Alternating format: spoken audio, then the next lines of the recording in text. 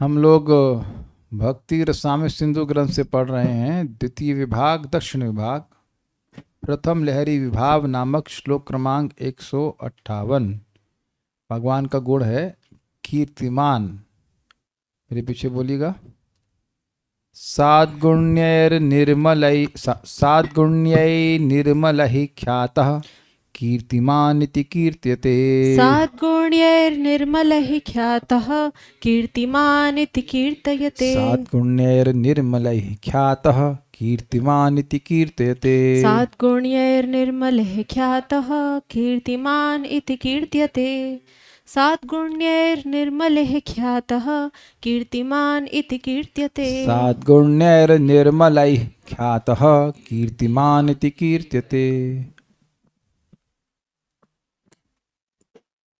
उज्ज्वल शुभ गुणों के कारण विख्यात व्यक्ति को कीर्तिमान कहा जाता है। निर्मलई साद्गुण्यई, निर्मल उत्तम गुणों के द्वारा, सद्गुण मतलब उत्तम गुणों के द्वारा के कारण ख्यातः विख्यात व्यक्ति को कीर्तिमान इति कीर्तिते, कीर्ति वाला ऐसा कहा जाता है। बदनाम होंगे तो नाम नहीं होगा क्या, ये कीर्तिमान नहीं है। बदनामी को कीर्ति नहीं कहते हैं। This is obvious, but it is not so obvious in this world now.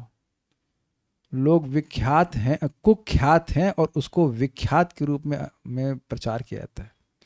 दुर्गुण है, अरे बड़े शौकीन है। यू अंडरस्टैंड दैट शौकीन मीन्स, शब्द क्या बोला जा रहा है, शौकीन। दैट इज मीन्स इंडल्जेंट, गलत कार्य करने वाला व्यक्ति। ऐसा नहीं, भगवान का यश पवित्र करने वाला है। यथा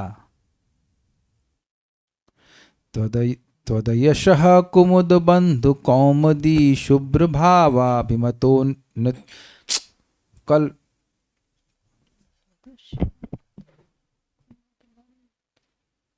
मैंने सोचा था ये होगा।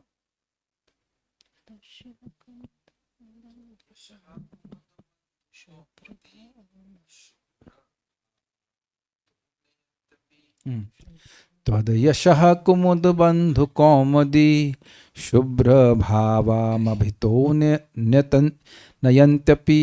त्वदशः कुमुद बंधु कौमुदी शुभ्रभावमभितो नयन्त्यपि। नहीं, शुभ्र भावम अभितो नयन्त्यपि। शुभ्रम अब मम कहाँ हो गया, शुभ्रभावमभितो नयन्त्यपि। नयन कहाँ से लगा दिया आपने, नयन्त्यपि, नयन्त्यपि, नयन्त्यपि। त्वदयशः कुमुद बंधु कौमुदी, चलिए इसे तोड़ के बोलिए। त्वदयशः कुमुद बंधु कौमुदी, त्वदशः कुमुद बंधु कौमुदी। त्वदयशः है तो त्वदयशः, त्वदयशः कुमुद बंधु कौमुदी। त्वदयशः कुमुद बंधु कौमुदी। शुभ्र भावमभितो नहीं, शुभ्र भावमभितो नयन्त्यपि। शुभ्र भावमभितो नयन्त्यपि। त्वदयशः कुमुद बंधु कौमुदी। त्वदयशः कुमुद बंधु कौमुदी। शुभ्र भावमभितो नयन्त्यपि। शुभ्र भावमभितो नयन्त्यपि। नंदनंदन कथम नु निर्ममे। नंदनंदन कथम तु निर्ममे। तू कहाँ है भाई, नू है, नू है।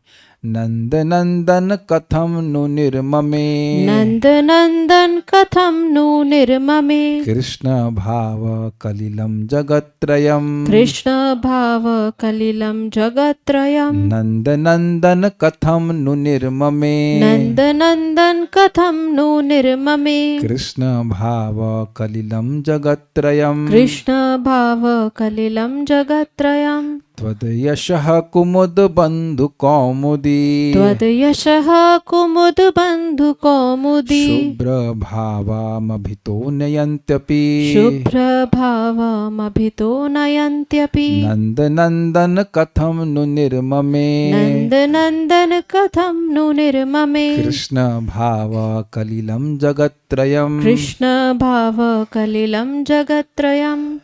त्वदयशः कुमुदबन्धुकौमुदी त्वदयशः कुमुदबन्धुकौमुदी शुभ्रभावमभितो नयन्त्यपि शुभ्रभावम् अभितो नयन्त्यपि नन्दनन्दन कथं नु निर्ममे नन्दनन्दन कथं नु निर्ममे कृष्णभावकलिलं जगत्त्रयम् कृष्ण भाव कलिलम जगत्त्रयम।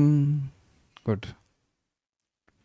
उदाहरण, हे नंद नंदन श्री कृष्ण, कोई भक्त उनको कह रहे हैं, आपके यश रूप चंद्रमा की कौमुदी यानी ज्योत्सना त्रिभुवन को निरंतर उज्जवल कर रही है, फिर भी ना जाने उसे वह क्यों कृष्ण भाव से व्याप्त कर रही है।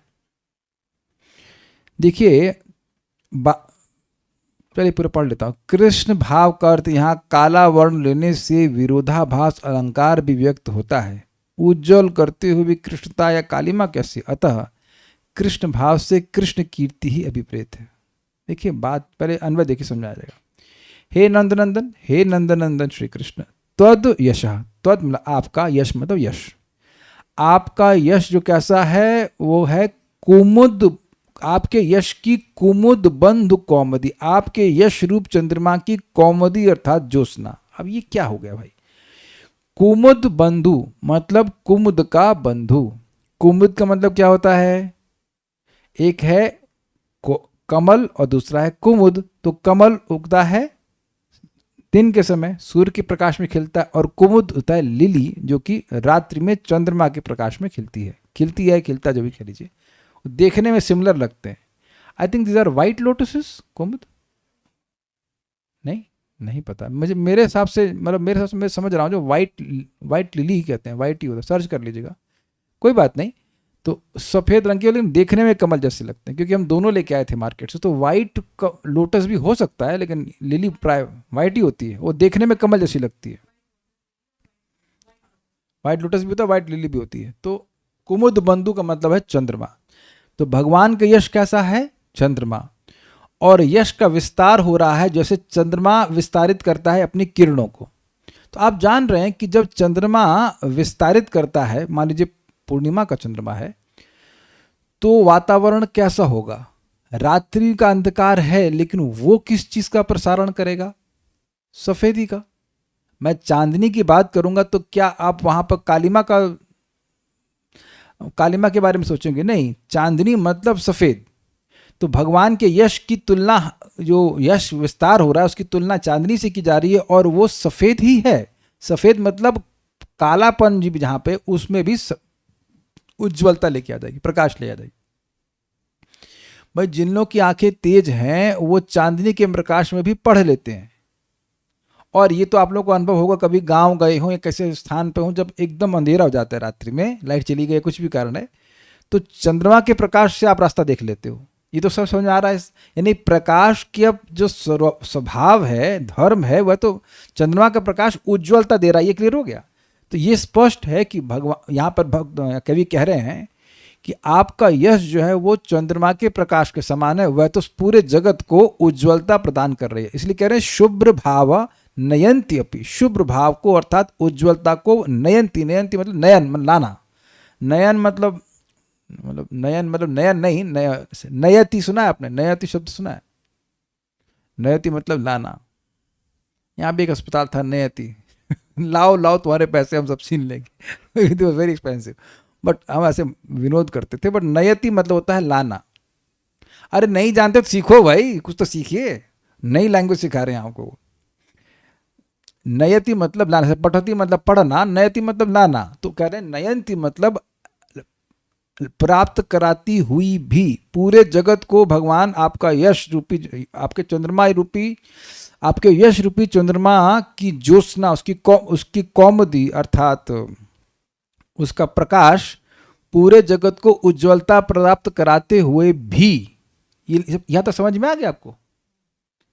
कुछ नहीं समझ में आया तो काय बैठे फिर हम भी क्यों बैठे और आप भी क्यों बैठे? हम चलो खाओ पियो अपना, पाव भाजी बनाओ, कहा जाओ। भगवान का यश, इनको दीजिए, कहाँ माइक कहाँ है? कितना समझ में चेक करें? माइक है, माइक को अंदर लॉक कर दीजिए ताकि आए ही नहीं बाहर। आप लोग तेलुगु तो नहीं, फर्स्ट लैंग्वेज तेलुगु तो नहीं, हिंदी बोल रहे, क्या समझ में नहीं आ रहा है? चलिए हम आपसे क्वेश्चन करते हैं, इसमें कुमुद बंधु का मतलब क्या है और वो कौन है? कुमुद बंधु मतलब चंद्रमा, चंद्रमा, ठीक है। और वो चंद्रमा कौन है यहाँ पर? भगवान की जो कीर्ति है। हाँ, फर्स्ट क्लास, भगवान के यश को चंद्रमा कह रहे हैं। और उसका प्रकाश क्या है? वो चंद्रमा कैसे प्रकाश होता है, वैसे भगवान के यश का प्रकाश, मतलब यश फैल रहा है, जैसे चंद्रमा का प्रकाश फैल रहा है, भगवान का यश फैल रहा है। देखो, प्रश्न करना शुरू किया तो आप ध्यान से सुन रहे हैं। हो सकता हो घर में खिचड़ी बनाने के आ गई हो, तो ऐसे नहीं होता है। मन लाइए, मन लाइए, समझ में आ जाएगी। It's very easy. Radha Raman पर आप तो खा पी के आए ना, कुछ टेंशन नहीं ना। अब आप नेक्स्ट प्रश्न आपसे, इस शुभ्र भाव का मतलब क्या समझे आप? अब फोकस करना शुरू, नहीं समझ में आया? शुभ्र भाव मतलब उज्ज्वलता को। अच्छा ये बताइए, हम लोग जब करते हैं, भगवान की बात सुनते हैं, तो कुछ मन का अंधकार, मन का ज्ञान नष्ट हो रहा है, समझ में नहीं आता है? तो जिस जिस व्यक्ति को भगवान का यश सुनने को मिलता है, क्या उसके जीवन में कोई प्रकाश नहीं है? आपके जीवन में कोई प्रकाश नहीं है, को नहीं पता जिंदगी में क्या करना है। बोल दिया जाए कि मंदिर मत जाओ तो आप बंद कर देंगे जाना, इज इट नॉट? तो कुछ प्रकाश है ना, कुछ विवेक, कुछ प्रकाश, कुछ उज्ज्वलता नहीं आ रही है। नहीं आ रही तो मेट्रो जरा घूम के आइए कि दुनिया क्या कर रही है। आप कहाँ पीछे रह गए, आप you are going backward. Backward रह जा रहे हैं लोग। कहाँ कहाँ पहुंच रहे हैं, चंद्रमा तक पहुंच गए, आप क्या कर रहे हैं? लोग चंद्रमा तक पहुंच रहे हैं, आप लोग यहाँ नहीं पहुंच पा रहे। श्लोक को नहीं समझ पा रहे, ऐसा कैसे होगा? शुभ्र भाव मतलब उज्जवल भाव, निर्मलता को प्राप्त करा रही है। तो बेसिकली ये एकदम सीधी बात है, कोई कठिनाई नहीं है कि भगवान का यश विस्तार हो रहा है और उससे जगत में जिन लोग के भी अविद्या का अंधकार है वो नष्ट हो रहा है। ये तो क्लियर हुआ है। अब कवि गेम, ही इज यूजिंग पन। पन समझते हैं, मतलब पन को कैसे बोलते हैं? पन इज इन इंग्लिश वर्ड, ये इंग्लिश है। हाँ, जो वो बोलना चाहता है वो नहीं बोलना चाहता है, वो शब्दों का प्रयोग घुमा के करता है, ऐसे कहते चाहिए। तो विरोधास्पद बात आप बोल रहे हैं, तो कह रहे हैं कि ये ऐसा करते हुए भी, यद्यपि इसमें कोई संदेह नहीं कि आपका यश पूरे जगत में उज्ज्वलता ला रहा है, उसके अंधकार को नष्ट कर रहा है, फिर भी जगत त्रयम कृष्ण भाव कलिलो, जगत त्रय मतलब त्रिभुवन को कृष्ण भाव से अर्थात कालिमा से व्याप्त कर रहा है। कथम नु निर्मय, कैसे आश्चर्य है कि, कथम, हाँ कथम नु निर्मय मतलब कैसा आश्चर्य है कि कर रही है, मतलब कितना आश्चर्य है कि यद्यपि आपका यश तो सब जगह सर्वत्र उज्ज्वलता को ही प्राप्त करा रहा है, ऐसा करते हुए भी कृष्ण भाव प्राप्त करा रहा है। कृष्ण भाव is a play of words. अगर सीधा अर्थ लें, कृष्ण भाव मतलब कृष्ण के भाव से व्याप्त कर रहा है, तब तो कोई दिक्कत नहीं, तो आश्चर्य नहीं है। लेकिन जब कृष्ण का मतलब काला लेंगे, तब कहेंगे जगत में सब जगह उज्ज्वलता देने के बावजूद भी कालिमा से व्याप्त कर रहा है, ऐसा कैसे हो रहा है? तो आप ही लोग सोच रहे हैं कि ऐसा कैसे हो रहा है, ऐसा नहीं हो रहा है। लेकिन कवि बोल रहा है। कवि का मतलब ही होता है जहां ना पहुंचे रवि वहां पहुंचे कवि, तो मतलब वो कवि ऐसे स्टाइल से बोल रहा है। अब कृष्ण भगवान सामने मान लो खड़े हो तो उनको भी मजा आएगा, भाई ये तो ऐसा बोल रहा है। इंजीनियरिंग का अंडरस्टैंडिंग क्या है? इंजीनियर समझेगा कि भगवान के यश फैल रहा है और अंधकार नष्ट हो रहा है, इंजीनियरिंग समझा के ठीक है, और सबको कृष्ण का भाव प्राप्त हो रहा है, भगवान का प्रेम प्राप्त हो रहा है। तो आश्चर्य क्या हुआ, इसलिए बंद करो कविता। तो आश्चर्य सुना होगा ऐसी बात बोलने से। आश्चर्य ये है कि देखिए सब जगह उज्ज्वलता प्रदान करते हुए भी सब जगह कृष्ण भाव को प्राप्त कर रहा है, कालिमा से व्याप्त कर रहा है। ये वही लैंग्वेज है, ऐसा नहीं कि ऐसा हो रहा है। अभी आगे और श्लोक आने वाले, तैयार रहिए इसके लिए। तो चलिए, यहाँ तो अज्ञान है इधर हमारे यार रूम में, उधर कहीं अज्ञान से कुछ हटा, कुछ लोगों को समझ में आया, नहीं समझ में आया किसी को भी, आ गया ठीक है। पूजा माता जो उधर आ रही है बेंगलोर में, आवाज आपको कुछ पकड़ में आया आपको? अब देखिए चक्कर क्या है कि इस तरह की भाषा को उपयोग करते ही नहीं है। बहुतों को तो हम घर परिवार वाले टॉन्ट समझते हैं। टॉन्ट समझते हैं आप? टॉन्ट में जो बोल रहे हो वो नहीं होता है, जो आप नहीं सुन रहे हो वो सुनते हो, जो नहीं सुनाई दे रहा है वो सुनते हैं। किसने लोगों को टॉन्ट नहीं समझ में आता? सबको समझ आ रहा है। तो taunt it's not a taunt. मैं खाली बता रहा हूँ, सिमिलरिटी होती टॉन्ट में कि आप जो बोल रहे हैं वो उसका अर्थ नहीं होता है। भाई आप तो बड़े विद्वान हैं, अब ये जान रहे कि वहाँ विद्वान नहीं, उसको बुद्धू कह रहा है। हाँ, व्यंग भी कह सकते हैं, ये व्यंग अर्थ है, मतलब आपको सुनाई पड़ना चाहिए। तो जो दिख रहा है वो अर्थ नहीं है। अर्थ तो यही है कि कृष्ण के भाव से व्याप्त कर रही है, कृष्ण के प्रेम से व्याप्त कर रही है। लेकिन दूसरा अर्थ लेंगे थोड़ा सा मजा आएगा सुनने में, कह रहे चांदनी होते हुए भी कालिमा से व्याप्त कर रही है, ये बात है। इसका नोट देखिएगा, समझ में आ जाएगा। संस्कृत काव्य की परंपरा में यश हमेशा सफेद माना जाता है, चांदनी जैसा उज्जवल, चांदनी जैसा उज्जवल। तो कवि हैरान होकर पूछता है, हे नंद नंदन, तुम्हारा यश तो चांदनी जैसा है, जहां जाता है सब कुछ सफेद कर देता है, अर्थात पवित्र कर देता है। फिर ये कैसा चमत्कार कि उसने तीनों लोगों को कृष्ण भाव से भर दिया। विरोध यह है कि कृष्ण का मतलब है काला, ये एक अर्थ है कृष्ण का। सफेद चांदनी से चारों ओर कालापन फैल जाए, ये तो संभव है।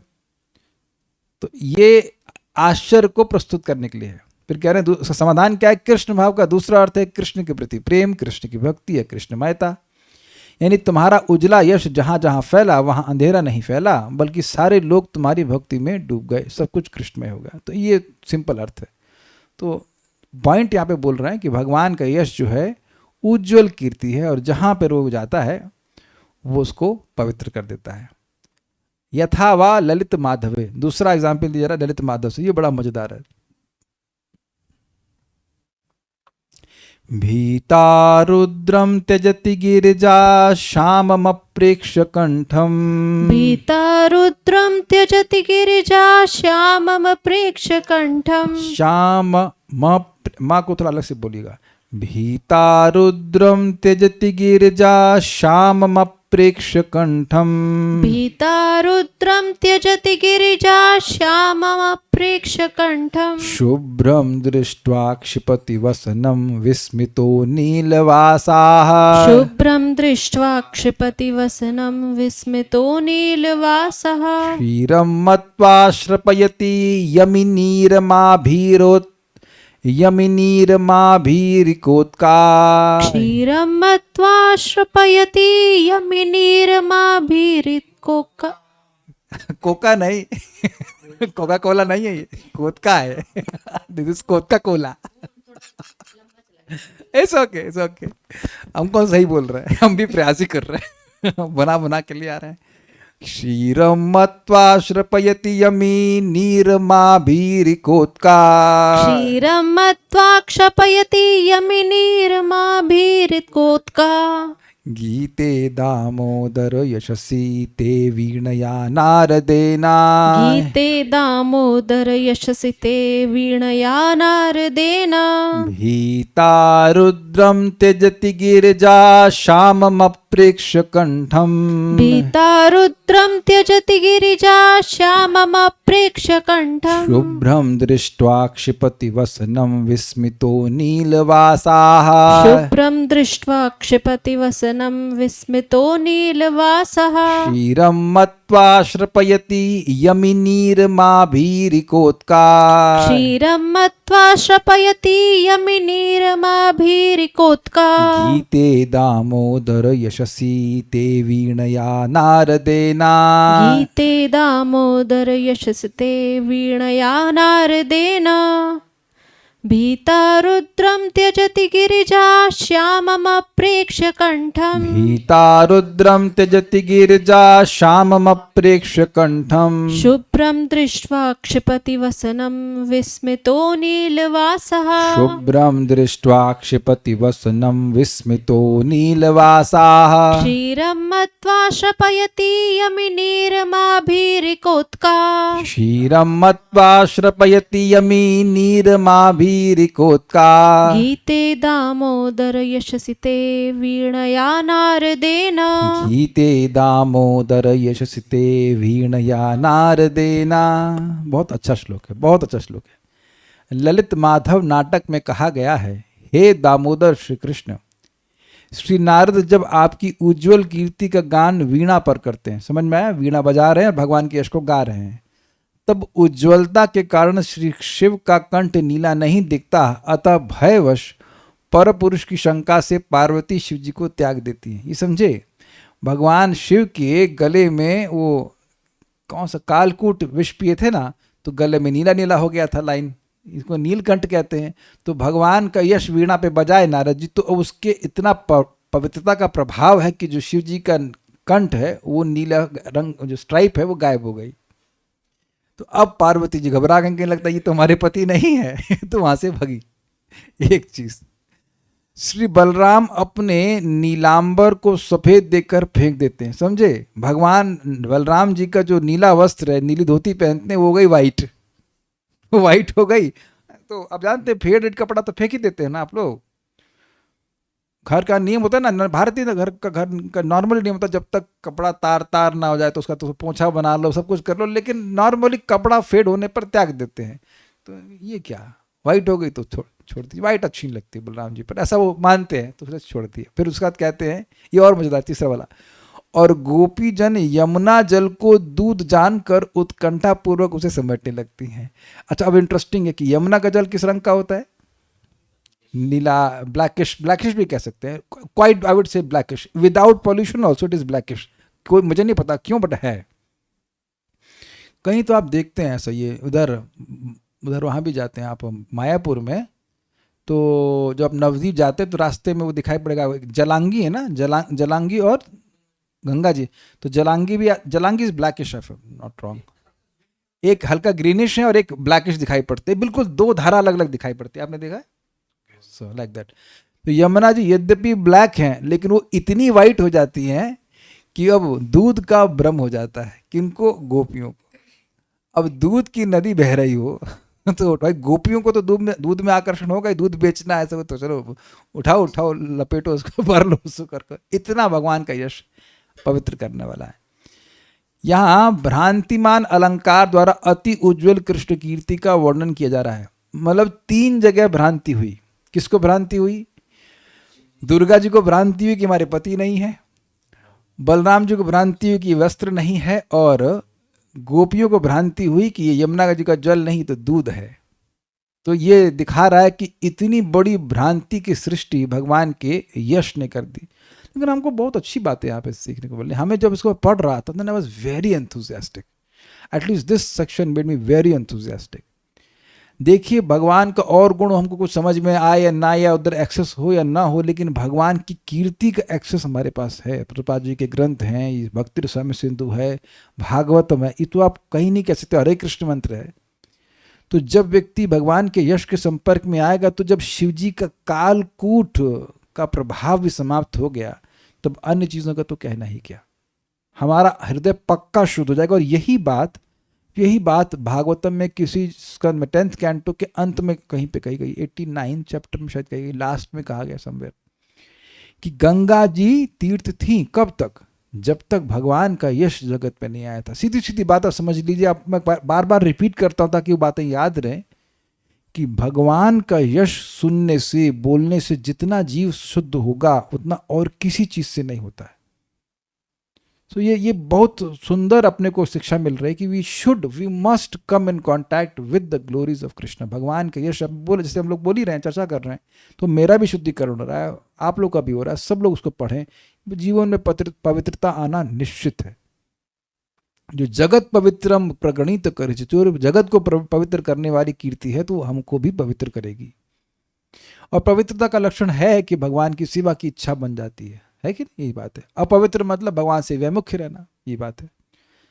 हे दामोदर श्री कृष्ण, नारदेना वीणया, श्री नारद के द्वारा वीणा पर ते यानी आपके यशस्वी गीते, यश का गान किए जाने पर, गिरिजा स्पष्ट है मानी पार्वती दुर्गा देवी, रुद्रस्य श्यामम कंठम अप्रेक्ष, शिवजी को नीलाकंठ ना दिखने के कारण, अप्रेक्ष मतलब नहीं देखने के कारण, उनको दिखा कि पति के जो गले में नीलाकंठ है, वो लाइन है, वो गायब हो गई है। तो भीता त्यजति, भयवश पर पुरुष की शंका से त्याग कर देती हैं। किसका त्याग कर देती हैं? शिव जी का। वो सोच रहे हैं कि और है हमारे साथ, तो बड़ी बदनामी हो जाएगी, पतिव्रता नारी हैं। फिर कह रहे हैं नीलवासा, जो नीला वस्त्र पहनते हैं, नीलांबरधारी बलराम शुभ्रम दृष्टवा, सफेद देखकर, वसुनम क्षिपति, वस्त्र को फेंक देते हैं कि ये तो वस्त्र हमारा है ही नहीं, ये क्या पहन लिया हमने। विस्मिता मतलब आश्चर्यचकित होकर, आभीर का मतलब आभीरों की लड़कियां अर्थात गोपियां। आभीर एक जाति कह देती है, आभीर है, तो इसमें आभीर का मतलब आभीर की लड़कियां, और उत्का मतलब वो उत्कंठित से, दिख गया आपको एकदम। उत्का को थोड़ा चेंज करेंगे तो बन जाएगा उत्कंठित। तो यहाँ पे संधि बन के क्या बना था? आभीरोत्का, इन दोनों को जोड़ देंगे तो आभीरोत्का हो जाएगा। तो श्लोक में इसी प्रकार से है। तो आभीरिका प्लस उत्का मतलब उत्कंठित गोपियां। यमी नीरम, यमी मतलब यमराज जी की बहन, वेरी गुड। यमुना जी यमराज जी की बहन है, इसलिए उनको यमी भी कहते हैं। यमी नीरम बड़ा स्पष्ट है। यमुना जी के जल को क्षीरम मत्वा श्रपयति, दूध जानकर समेटने लगती हैं। ये भगवान के यश का विशेष प्रभाव है। भीता रुद्रम त्यजति गिरिजा श्यामम श्यामम श्याम अप्रेक्ष कंठम, श्यामम अप्रेक्ष कंठम।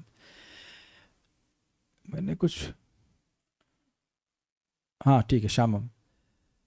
गिरिजा पार्वती रुद्र शिव जी को त्याग देती हैं भयभीत होकर, क्योंकि वह देखती हैं कि उनका कंठ नीला, श्यामम मतलब नीला नहीं है। शुभ्रम दृष्ट्वा क्षिपति वसनम विस्मितो नीलवास।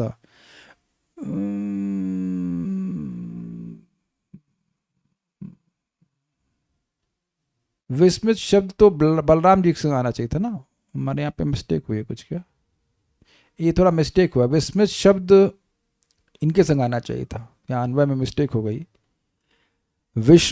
ये तो ठीक है, शुभ्रम सफेद देखकर विस्मित होकर वसनम क्षिपति होना चाहिए, ये नहीं हो रही हैं, ये उत्कंठित हो रही है, विस्मित नहीं हो रही, थोड़ी मिस्टेक हो गई। तो देख लीजिए यहाँ पर इस लाइन को, शुभ्रम दृष्टवा सफेद देखकर विस्मित होकर नीलवासा अर्थात बलराम जी अपने वस्त्र को, नीले वस्त्र को त्याग देते हैं। क्षीरम मत्वा दूध मान करके, किसको, यमी नीरम यमुना जी के जल को दूध मान करके आभिरोध कहा श्रपयति, जो गोपियां हैं जो अत्यंत उत्कंठित हैं वो उसको समेटने लगती हैं। श्रपति मतलब समेटने लगती हैं। क्या ये सब कैसे हुआ? तो कह रहे हैं कि हे दामोदर, आपके यश जो वीणा के द्वारा नारद जी ने गाया उसके द्वारा ऐसा होता है। दुर्गम संगमनी टीका बड़ी इंटरेस्टिंग है। भीता रुद्रम इत्यादि वर्णन कवि परंपरा के अनुसार केवल विनोदमय ही है, वास्तव में नहीं। यानी जीव गोस्वामी जी कह रहे हैं कि वास्तव में शिव जी का कंठ ऐसा नहीं हुआ, ना ही बलराम जी का कपड़ा नीला हुआ, सफेद हुआ, और ना ही यमुना जी का जल मतलब दूधमय हुआ। ये कवि विनोद में कह रहा है, उत्प्रेक्षा है ऐसे कह लीजिए। लेकिन जो इफेक्ट है वो हुआ, जो इफेक्ट है वो हुआ। और इफेक्ट क्या था देख लीजिएगा। वास्तव में उन पार्वती आदि का वह त्याग आदि तो उस यश के श्रवण मात्र से ही हुआ। मतलब एक पतिव्रता नारी अपने पति के साथ है तो पति का, स्पेशली पार्वती जी, तो वो अब शिव जी के प्रति अनकॉन्शियस तो नहीं हो सकती हैं। तो अब ऐसा समझिए, श्लोक के अनुसार क्या है, थोड़ा ध्यान सुनिएगा इस कंसेप्ट को। श्लोक के अनुसार कह रहे हैं कि उनका नीलकंठ हट गया, नहीं देख करके उन्होंने उनको त्याग दिया। ये कवि का स्टाइल है कहने का। लेकिन यहाँ पर जीव गोस्वामी जो कह रहे हैं, जो मुझे समझ में आया वो ये है कि भगवान के यश को सुनकर इतनी विभोर हो गई, उससे इतनी आकर्षित हो गई को उनको अपने पति का ध्यान नहीं दे पाए कि वो पति वहां पे हैं या नहीं।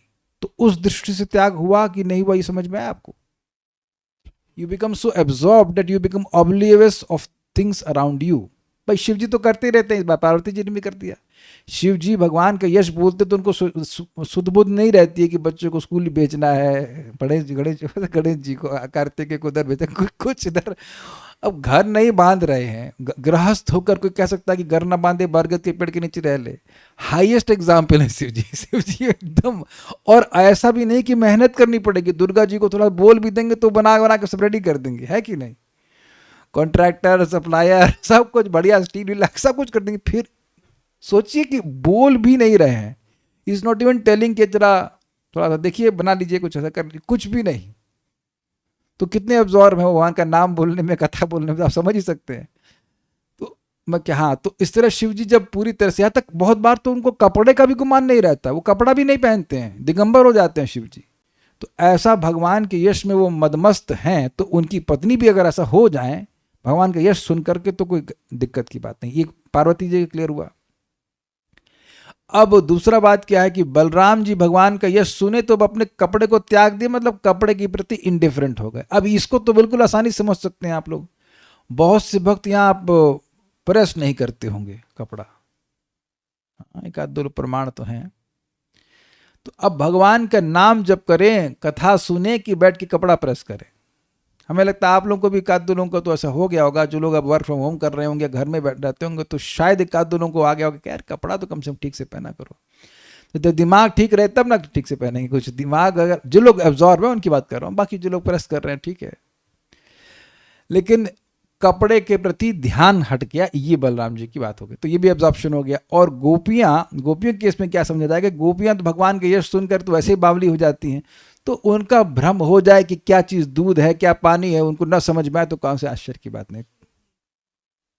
मतलब हाँ, जैसे वेद आदमी अब संस्कृत ये भी बोलना शुरू हो गई, शीर नीर विवेक। अब सब लोग एक सोलो संस्कृत सीख रहे, शीर नीर विवेक उनका समाप्त हो गया। तो ये कहने का मतलब है कि माइंड इज एब्जॉर्ब्ड इन कृष्णा। कृष्ण कथा से इतने भर गए कि अब वो मोहित, तो उनको समझ नहीं आ रहा है कि ये दूध है कि पानी है कि क्या। यद्यपि वो पानी पानी ही रहा, लेकिन वो भ्रमित हो गए कि दूध है कि पानी है। तो ऐसा जीव को समझा रहे हैं यहाँ पर, ठीक है, ये बात भी है। आभीर का इस पद के स्थान पर अभीर साम, ऐसा पाठांतर भी है, उसे अर्थ नहीं अलग होता, एक ही बात है। एक श्लोक और भी ना हमारे पास में, 2-3 श्लोक हैं, अभी तो है, 20 मिनट पढ़ सकते हैं। और रक्त लोक, रक्त लोक मतलब जिसमें लोग, सभी लोग आसक्त हो। मेरे पीछे बोली कौन सा, बोले तो नेक्स्ट है 161 पे है। पात्रम लोकानुरागाणाम रक्तलोकम विदुर्बुधा। पात्रं लोकानुरागाणां रक्तलोकं विदुर्बुधः। बोलिए। पात्रं लोकानुरागाणां रक्तलोकं विदुर्बुधः। पात्रम लोकानुरागाणाम रक्तलोकम विदुर्बुधा। इससे पहले श्लोक में जाएं, ये बात ध्यान रखिएगा कि दवा अगर सही हो तो रोग ठीक होता है। कभी रोग की बल की बजाय, कभी भी हम लोग रोग की बल की बजाय दवा के बल की ओर ध्यान देते हैं। तो पिछले श्लोक से भगवान के यश का जो अप्रतिम प्रभाव है, अद्भुत प्रभाव है, वह ग्रहण करना चाहिए। और जो व्यक्ति जितना अपने हृदय को शुद्ध करना चाहता है, वो उसके प्रति आदर बुद्धि रखेगा कि इससे अधिक प्रबल साधन हमारे पास है नहीं। समस्त लोगों के अनुराग या प्रेम के पात्र को विद्वान रक्त लोक कहते हैं। रक्त का मतलब यहां पर लाल नहीं है, रक्त का मतलब यहां पर खून नहीं है, रक्त का मतलब यहां पर आसक्त है। बुधा विद्वान लोकानुरागाणाम, समस्त लोगों के अनुराग अर्थात प्रेम के पात्र को रक्त लोकम विदु, रक्त लोक कहते हैं। थोड़ा अनुराग समझ लीजिएगा। अनुराग मतलब होता है अनु प्लस राग। तो राग का मतलब क्या होता है भाई, यहां समझ लीजिए, विषयों को प्राप्त करने की जो स्पृहा, जो तृष्णा, जो प्यास होती है, उसको राग कहते हैं। नहीं, गाढ़ आसक्ति तो है, लेकिन स्वरूप क्या है राग का? ये भोग मिल जाए, वो भोग मिल जाए, ये छूने को, ये देखने को मिल जाए, इसको राग कहते हैं।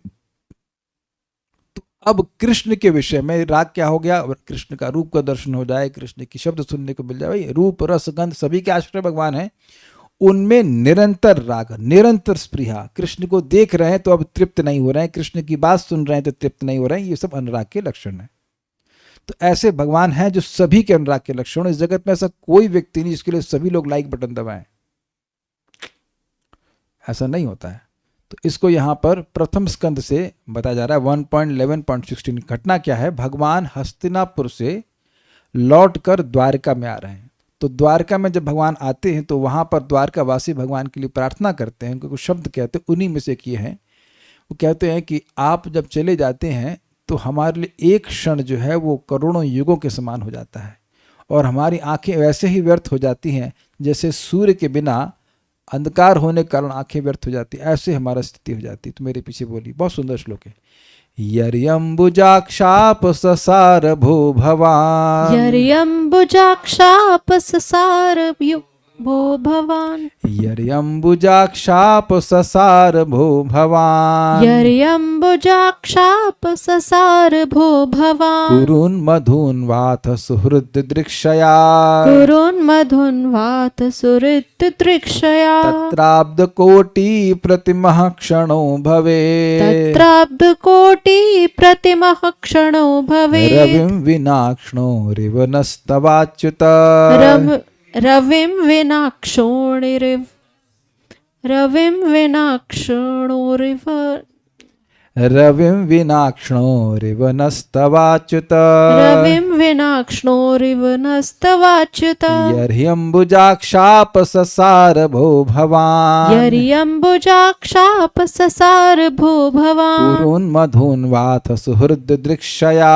कुरुन्मधुन्वात सुहृद्दृक्षया तत्राब्दकोटि प्रतिमः क्षणो भवेत् तत्राब्दकोटि प्रतिमः क्षणो भवेत् रविं विनाक्ष्णोरिव नस्तवाच्युत रविं विनाक्ष्णोरिव नस्तवाच्युतः यर्यम्बुजाक्षाप ससार भो भवान् यर्ह्यम्बुजाक्षाप ससार भो भवान् कुरुन्मधुन्वात सुहृद्दृक्षया कुरुन्मधुन्वाथ सुहृद दृक्षया तत्राब्दकोटि प्रतिमः क्षणो भवेत् तत्राब्दकोटि प्रतिमः क्षणो भवेत् रविं विनाक्ष्णोरिव नस्तवाच्युतः रविं विनाक्ष्णोरिव नस्तवाच्युत। श्रीमद् भागवत 1:11-16 नहीं है, ये 1:11-9 है। त्रुटि हो गई मेरे से, मैं एडिट नहीं कर पाया। ये 16 नहीं, 16 है कि 9 है, जरा देखिए। 9 है, 9 है, इट्स नॉट 16। ध्यान रखिएगा, ये 16 नहीं है, ये 9 है। 1:16:9 है। श्रीमद् भागवत 1:11-9 में द्वारकावासियों ने कहा, हे कमल नयन कृष्ण, जब आप मित्रों से मिलने के लिए हस्तिनापुर या ब्रज प्रदेश में चले जाते हैं, 9 है ना, तब आपके बिना हमारे लिए एक एक क्षण कोटि वर्षों के समान हो जाता है। हे अच्युत, इस समय हमारी आंखें इस तरह व्यर्थ हो जाती हैं मानो सूर्य से बिछुड़ गई हों। तो ये बात थोड़े समझिए आप। कौन बोल रहे हैं? सारे के सारे द्वारकावासी बोल रहे हैं, या एटलीस्ट जो भी भगवान के सामने आए। तो सभी, भले ही सारे लोग ना आ पाए हों सामने रिसीव करने के लिए, लेकिन वो सबके बिहाफ पर ही बोल रहे हैं। तो इससे क्या सूचित हो रहा है? सभी के लिए भगवान अनुराग का विषय हैं। ये समझ में आया श्लोक क्यों कोट कर रहे हैं? जो सभी के अनुराग का पात्र हो उसको रक्त लोक कहते हैं। तो द्वारकावासी सभी भगवान के प्रति आसक्त हैं, इसीलिए कह रहे हैं कि एक क्षण भी हमें युगों के समान लगता है। भो अंबुजाक्ष, हे कमल नयन श्री कृष्ण। अंबुज कमल, अक्ष मतलब आंखें। अच्युत, हे अच्युत भगवान आप, यर्हि जब भी सुहृद दिदृक्षया, सुहृद मतलब अपना मित्र, अपने मित्रों से मिलने की इच्छा से कुरु यानी हस्तिनापुर को, अथवा वात है, वात को पलट दीजिए, अथवा मधुन अपससारा ब्रज प्रदेश को चले जाते हैं। तो कोई कहेगा मधुन ब्रज को कैसे चले जाते हैं? यहाँ पर ब्रज में तो भगवान नहीं गए। हम इस पे चुप हैं, आगे बढ़ते हैं। तत्र नह, तब आपकी अनुपस्थिति में हमारे लिए क्षण, यानी एक एक क्षण, अब्द कोटि प्रतिमा। अब्द मतलब होता है शताब्द, हाँ, अब्द मतलब साल होता है। तो कोटि मतलब करोड़, कोटि वर्षों के समान हो जाता है। प्रतिमा समझते हैं, प्रतिमा मतलब होता है प्रतिमूर्ति, इक्वल के, समानता के अर्थ में यूज कर रहे हैं कि कोटि वर्षों के समान हो जाता है। एक बात फिर कह रहे हैं कि रविं विना क्षणो इव भवेत। न सिर्फ हमारे लिए समय बिताना मुश्किल होता है, बल्कि उस समय हमारी आंखें उस तरह व्यर्थ हो जाती हैं मानो सूर्य से बिछुड़ गई हों। मतलब कहने का ये है कि जैसे आंखों का सूर्य के प्रकाश के बिना क्या प्रयोजन है, अंधकार में तो आंखों को कोई प्रयोजन नहीं है, उसी तरह शून्यायितम जगत सर्वम गोविंद विरह में, कृष्ण के विरह में वह कोई अपने जीवन का प्रयोजन नहीं देखते हैं। प्रभुपाद इस बात को कहते हैं कि व्यक्ति जब वाकई एडवांस्ड हो जाता है तो वह कृष्ण से विरह का अनुभव करता है। बट देखिए, आप जानते हैं कि विरह की नकल नहीं की जाती है। यू फील इट और यू डोंट फील इट, है ना। You can't feign it, feign बोलते हैं ना, you can't feign it. Advancement can't be feigned. ये फेन इंग्लिश समझते हैं? FEIGN।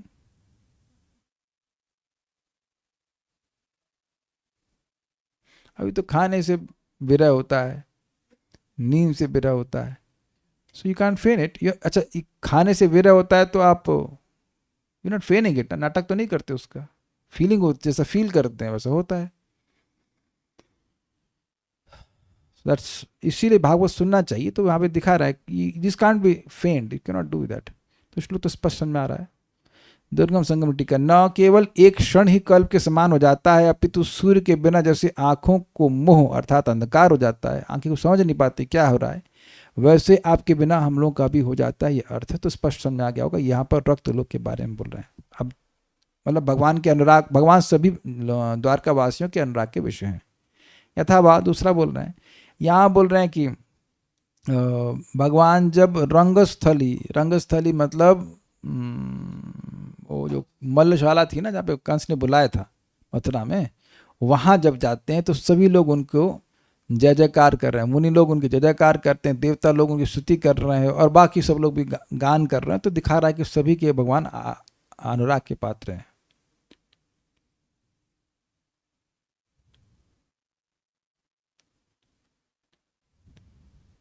देखिए आ जाए तो, आशिस्तथ्या जय जय जय जय जयेत्याविरास्ते मुनीनाम्। आशिस्तथ्या जय जय जयेत्याविरास्ते मुनीनाम्। देवश्रेणी स्तुति कल कलो मे दुरः प्रादुरस्ति।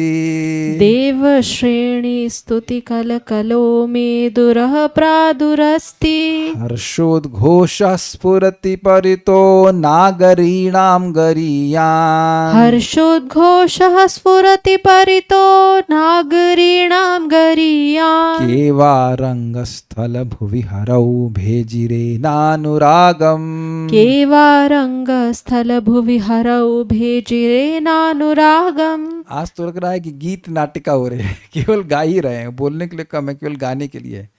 आशिस्तथ्या जय जय जयेत्यवा, आशिस्तथ्या जय जय जयेत्याविरास्ते मुनीनाम्। आशिस्तथ्या जय जय जयेत्याविरास्ते मुनीनाम्। देवश्रेणी स्तुति कल कलो मे दुरः प्रादुरस्ति।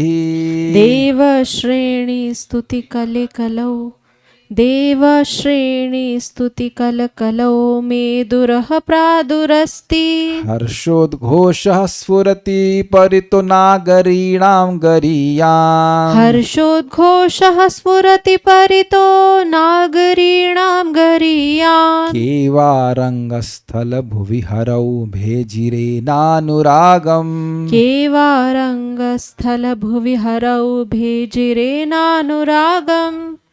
आशिस्तथ्या जय जय जयेत्याविरास्ते मुनीनाम्। आशिस्तथ्या जय जय जयेत्याविरास्ते मुनीनाम्। देवश्रेणी स्तुति कल कलौ मे दुरः प्रादुरस्ति। देवश्रेणी स्तुति कल कलो मे दुरः प्रादुरस्ति। हर्षोद्घोषः स्फुरति परितो नागरीणां गरीयान्। हर्षोद्घोषः स्फुरति परितो नागरीणां गरीयान्।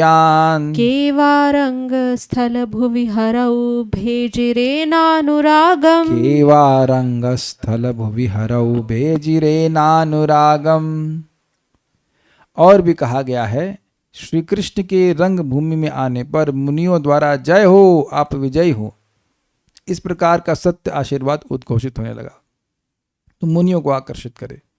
देवताओं का प्रचंड स्तुति कोलाहल होने लगा और चारों ओर से नगर वासियों की प्रबल हर्ष ध्वनि प्रकाशित होती। इस प्रकार श्री कृष्ण के प्रति किसने अनुराग प्रदर्शित नहीं किया, अर्थात सबने श्री कृष्ण के प्रति अनुराग प्रकाशित किया। रंगभूमि का मतलब क्या होता है, यही तो होगा ना। लेकिन उस समय मुनि लोग जय जय बोले क्या भगवान को? देवता आए थे उस समय, मल्ला नाम वाला अलग है, लेकिन मुनि तो वहां पे, हमको पता नहीं कहाँ की बात हो रही है। और भी कोई स्थान है क्या रंग स्थल, हमको नहीं पता उसके बारे में, नहीं समझा रहा कहाँ पे एग्जैक्टली। एनीवेज, रंगस्थल भुवि, श्री कृष्ण के रंग भूमि में आने पर मुनि नाम यानी मुनियों द्वारा जय जय जय इति, जय जय जय इस प्रकार का तथ्या आशी यानी सत्य आशीर्वाद की ध्वनि आविरास्ती अर्थात उद्घोषित होने लगी। स्पष्ट है। देव श्रेणी, श्रेणी मीन्स समूह, देवताओं के समूह की मेदुरह स्तुति कलकलह, गंभीर स्तुति का कोलाहल प्रादुरस्ति होने लगा। परिता चारों ओर से नागरीणाम गरीयान, नगरवासियों की होना चाहिए प्रबल हर्षोद्घोष स्फूर्ति, हर्ष ध्वनि प्रकाशित होती। देखिए चारों ओर से तो यही समझ में आ रहा है कि वो एरेना होगा वहां पे, ऐसा हो सकता है। हरव केवा अनुराग ना भेजिरे, श्री कृष्ण के प्रति कौन ऐसे हैं जिन्होंने अनुराग को प्राप्त नहीं किया। तो बिल्कुल स्पष्ट है, सभी को भगवान आकर्षित करे। दुर्गम संगमनी टीका, रंगभूमि में उपस्थित कोई व्यक्ति बोलता है, स्वयं को संक्षेप में व्यक्त करने के लिए वर्तमान काल की पुनरावृत्ति का उपयोग करते हुए मतलब कोई व्यक्ति रंगभूमि में बैठा हुआ है, बोल रहा है कि देखो मुनिगण जो है वो भगवान को स्तुति बोल रहे हैं और देवता लोग उनके लिए कोलाहल पूर्वक स्तुति कर रहे हैं, सब लोग जय जय कर रहे हैं, ऐसे करके। श्लोक के अंत में प्रश्न पूछने से यह अप्रत्यक्ष रूप से व्यक्त होता है कि सभी ने आनंद और आश्चर्य का अनुभव किया। मतलब पूछ रहे हैं कि किसने अनुराग नहीं प्राप्त किया, मतलब सबको मजा आया सबको मजा आया भगवान को देख कर। तो यहाँ पे समाप्त होता है, कुछ पूछने वाला तो है नहीं। रंगभूमि स्टेज, ओके दैट्स ओके।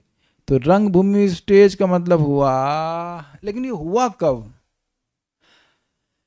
काफी संभावना है कि वो जो मल्लशाला थी जहाँ पे झगड़ा हो रहा था, भगवान सबको मार वार दिए होंगे, तो उसके बाद या तो डायस पे खड़े होंगे भगवान या फिर वहीं पे खड़े होंगे। मेरे ख्याल में जो समझ में आ रही बात वो ये है कि देखिए अब कंस के सामने तो जय जय कोई नहीं बोल सकता है, तो मोस्ट प्रोबेबली कंस के वध के बाद ही बोला गया होगा। हमको नहीं पता इस श्लोक कहाँ से डिटेल हम जानते हैं, लेकिन इतनी बात समझ में आ रही कि भगवान खड़े हैं वहाँ पर, सब लोग उनका जय घोष कर रहे हैं। तो दिस व्हाट इज, कौन सा गुण दिख रहा है? रक्त लोक, रक्त लोक अर्थात सभी के अनुराग के विषय हैं। रंगमंच होता है रंगभूमि नहीं, रंगमंच होता है रंगभूमि नहीं। तो रंगभूमि तो लिखा है ना देखिए अब एक दूसरा ऑब्जेक्शन आ रहा है कि रंगमंच होता है रंगभूमि नहीं होती है, रंगस्थल लिखा हुआ है। अब कुछ लोग स्टेज को रंग रहे हैं, कुछ लोग पृथ्वी को रंग रहे हैं। रंगभूमि अखाड़ा बोलने तो आप लोग, हम लोग, मैं निर्णय में मैं इस अखाड़े में नहीं आ रहा हूँ, आप लोग को तलवार लेके डिसाइड कर लीजिए कि रंगभूमि क्या मतलब है। लेकिन पॉइंट है कि Krishna is the centre stage, ये इंपॉर्टेंट, ये पॉइंट है कि नहीं, Krishna is the centre, I am not in centre. मल्लभूमि है, मल्ल युद्ध भूमि, ठीक है, जो भी है। तो हम क्या, हम ऐसे हम लोग कमजोर आदमी है हमको नहीं पता कि क्या है, बट मोस्ट प्रोबेबली वही बात होगी। तो वी रिमेंबर कृष्णा समवॉट। कम से कम आप ये तो नहीं कह सकते कि एकदम भगवान में मन नहीं लगता, कुछ समय तो मन भगवान में लग रहा है उनका स्मरण करने में। So will stop now. हमको सबसे ज़्यादा मज़ेदार लगा तो बलराम जी वाला दैट वाज रियली नाइस। और भगवान का यश का प्रभाव है ही, मन में पवित्रता आ ही जाती है। ठीक है, सो स्टॉप नाउ। श्री भक्ति रसामृत सिंधु की जय, श्रील प्रभुपाद की जय, निताई गौर प्रेमानंदे।